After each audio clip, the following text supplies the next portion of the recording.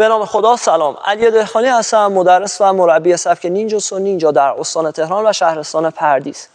در خدمت شما هستیم با پارت اول دنشی Q8 گوگیو نو کاتا. ما دو تا کاتا توی این دنشی داریم، کاتای فو به معنای باد و سوی نو کاتا به معنای آب.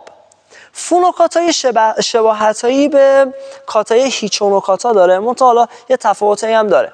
گدانو که اون تکنیک اولش گدانوک است. کاتا به همون سبک و سیاق اجرا میشه، منتها این بار دو مرتبه، یعنی یه بار از سمت چپ یه بار از سمت راست. یه هفته انگلیسی میشه. فو نو کاتا، شیزا نو گاماه، تای نو گاماه، یه مقدار رو پامون خم میشیم، دست روی پا، ایه نو گاماه، گدانو که ضربه بوشینکن. بوشینکن رو توی جیمونچی نو کاتا داشتیم، با یک حرکت برمیگردیم، این بار دست و پای چپ عقب، ایه نو گاماه.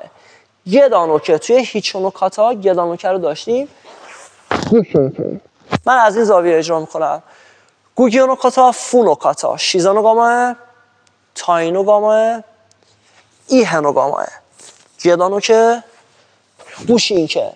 دست چپ من کنار صورتمه، با یه حرکت برمیگردم، دست و پای چپ عقب، گدانوکه، بوشینکن، فو نو کاتا. دومین کاتا، کاتای آب، سوی نو کاتا، خیلی شبیه به ایچیمونچی نو کاتای دنشی Q9 هست. ما دیگه رو گارد ایچیمونچی نو نیستیم، تو گوگیو نو کاتا رو ایه نو گاماه هستیم. این هم به همین صورت، شیزا نو گاماه، تای نو گاماه، ایه نو گاماه، جودانوکه، یک دو اوموته شوتو، با یه حرکت برمیگردم، یک جودانوکه، دو اوموته شوتو. از این طرف سوی نو کاتا، شیزا نو گاماه، تای نو گاماه، یه مقدار رو پام خم میشم، یک ایه نو گاماه، دو جودانوکه، سه اوموته شوتو. دقت کنید پاشنه پام از زمین جدا نمیشه توی این کاتایی که اجرا میکنم.